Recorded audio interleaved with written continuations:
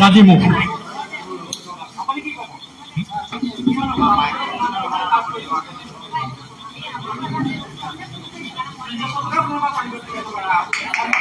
এয়া তৃতীয় পুৰস্কাৰ লাভ কৰিছে পদ্মনাথ শিল্পী সমাজ জাজিমুখ। সকলো অলপ অনুগ্ৰহ কৰি বহকচোন, সকলো বহক। প্ৰথম পুৰস্কাৰ পোৱা দলটি, দ্বিতীয় পুৰস্কাৰ পোৱা দলটি আৰু ইয়াত যিসকল দৰ্শক আছে সকলো বহক নিজৰ নিজৰ আসনত, কাৰণ ইয়াত মানুহহে আছে, ইয়াত আমি মানুহ আছো। জয় গুৰু শংকৰ সৰ্বগুণাকৰ, যাক এৰি নাহি কেও পাম, তোহাৰী চৰণৰ ৰেণু শতকোটি বাৰেকো কৰোঁ প্ৰণাম। এই ঘোষা ফাঁকি গাই মই যদি হুলস্থুল কৰি থাকোঁ, মই মানুহৰ শাৰীত পৰিম নে অন্য কোনোবা জন্তুৰ শাৰীত পৰিম? আপোনালোকক মই পোনপটীয়া প্ৰশ্ন সুধিছোঁ।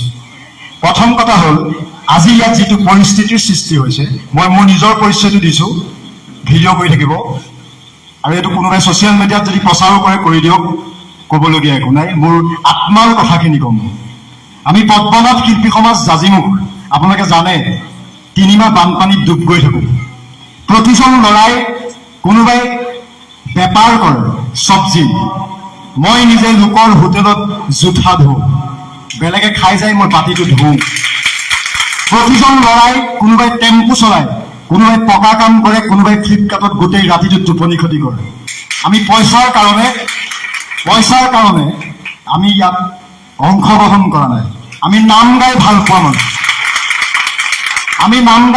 মানুহ। প্ৰথম মই দৰ্শকসকলক আৰু দলৰ প্ৰতিজন সদস্যক কৈছোঁ, গুৰু সংস্কৃতি যদি জীয়াই ৰাখিব লাগে, ক্ষোভ এৰিব লাগিব, অহংকাৰ এৰিব লাগিব।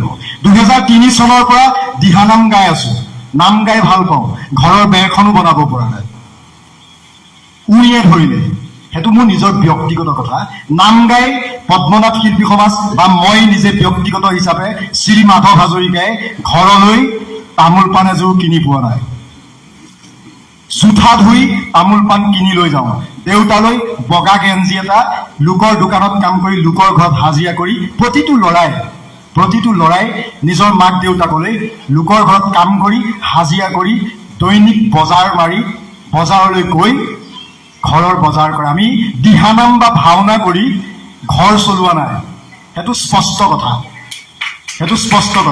2003 চনৰ পৰা দিহানামৰ লগত জড়িত হৈ আছো, দিহানাম গাই ভাল পাওঁ। আজি ভাবোঁ দিহানাম নাগাওঁ, আজিৰ পৰা ভাওনাও নকৰোঁ, ঘৰ নচলে। কিন্তু পিছদিনাখনি যদি কোনোবা এটাই ফোন কৰে, মাধৱ দা আমুকত দিহানাম আছে, আগদিনাখনি প্ৰতিজ্ঞা কৰিও পিছদিনাখনি ভংগ প্ৰতিজ্ঞা, নামে ভংগ কৰাইছে, পইচাই নহয়। সেইদিনাখনি হাজিৰা কৰিবলৈও নাযাওঁ। আপোনালোকে যিটো পৰিস্থিতিৰ সৃষ্টি কৰিছে ভাল লগা নাই। আমি কৈ আছো, অলপ দেৰি আগত এজন স্বনামধন্য ব্যক্তিয়ে কৈ আছে, নতুন প্ৰজন্ম ধ্বংস হৈ গৈছে। কিহৰ কাৰণে ধ্বংস হৈছে? আমি শ্ৰীমন্ত শংকৰ হৰিভকতক আমি মানুহক দেখাই গৈছো অতি ভক্তি চুৰৰ লক্ষণ। আমি শ্ৰীমন্ত শংকৰ গাইছো, গাই পেলাই বাহিৰত গৈ মদৰ গিলাচটোত খাই দিছো, দুপেক খাই লৈ বেয়া কথা কৈছো।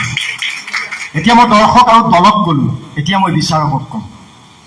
2003 চনৰ পৰা দিহানাম পৰিৱেশন কৰি আহিছোঁ, গাই আছোঁ। তেতিয়া সকলোৱে জানে আমি যিভাগ নাম পৰিৱেশন কৰোঁ, স্বৰ্গীয় বদনমলীয়াদেৱে লিখা নাম, ৰত্নাকৰ আখ্যানৰ। ৰত্নাকৰে কিদৰে দস্যু হৈ ৰাম নাম স্মৰণ কৰি ৰামায়ণ লিখিলে, আমি সেইবিলাকে কৰি থকা নাই জানো? ইয়াত দিহানাম গাইছোঁ, তাত ৱাইন শ্বপৰ পৰা বটল এটা কিনি লৈ গৈছোঁ। আমি ৰত্নাকৰ হৈছোঁ নে?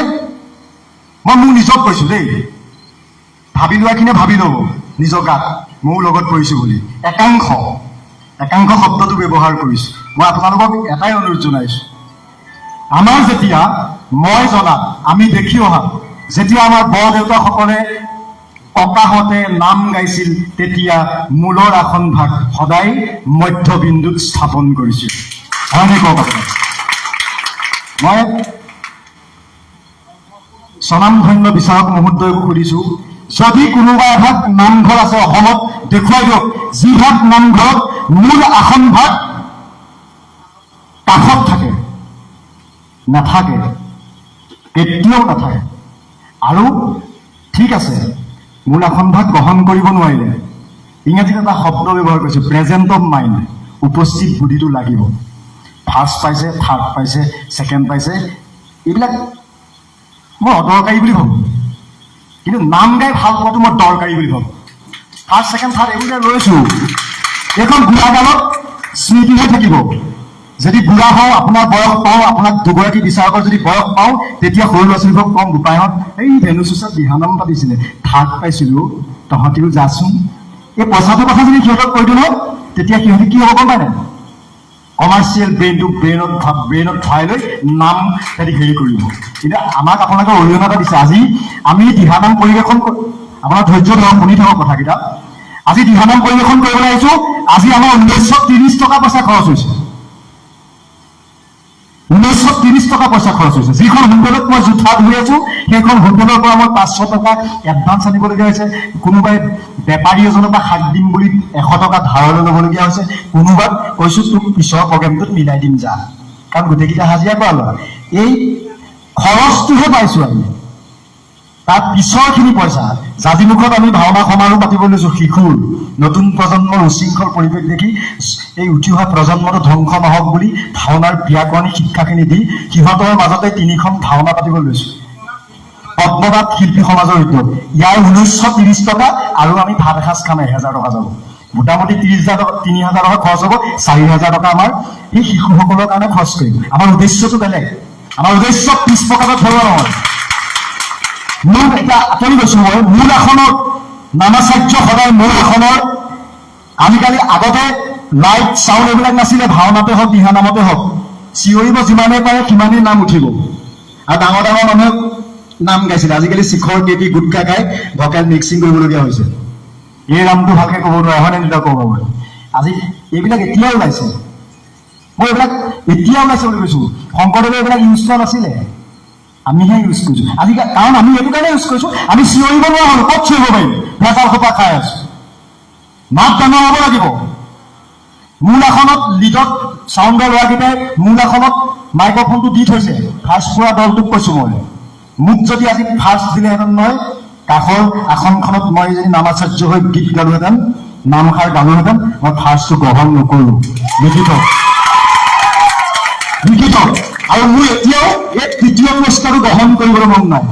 কিন্তু কি কৰিব, আমি হাজিৰা কৰা মানুহে। 1930 টকা খৰচেই হ'ল, কি কৰিম? 1930 টকা খৰচেই হ'ল, কি কৰিম? নিবতো লাগিবই, উপায় নাই। কিন্তু এটা কথা স্পষ্ট কৈ দিছোঁ, নিৰ্ভীক নিৰপেক্ষভাৱে কৈছোঁ, নাম গাই ভাল পাওঁ। বিচাৰ অনুৰোধ কৰিছোঁ, আপোনালোকৰ মুখলৈ চাই নতুন প্ৰজন্ম আগবাঢ়ি আহিছে, শুদ্ধভাৱে কৰিব বিচাৰ।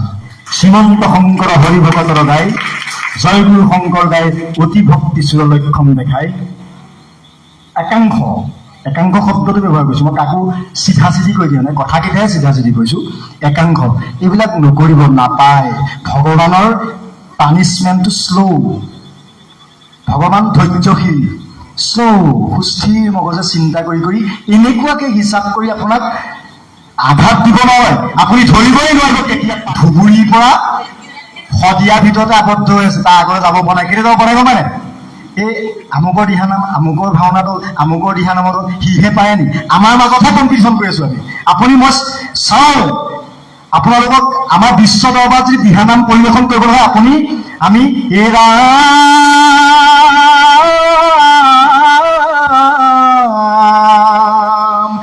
শ্ৰীমন্ত শংকৰ হৰিভকতৰ জানা যেন কল্পতৰু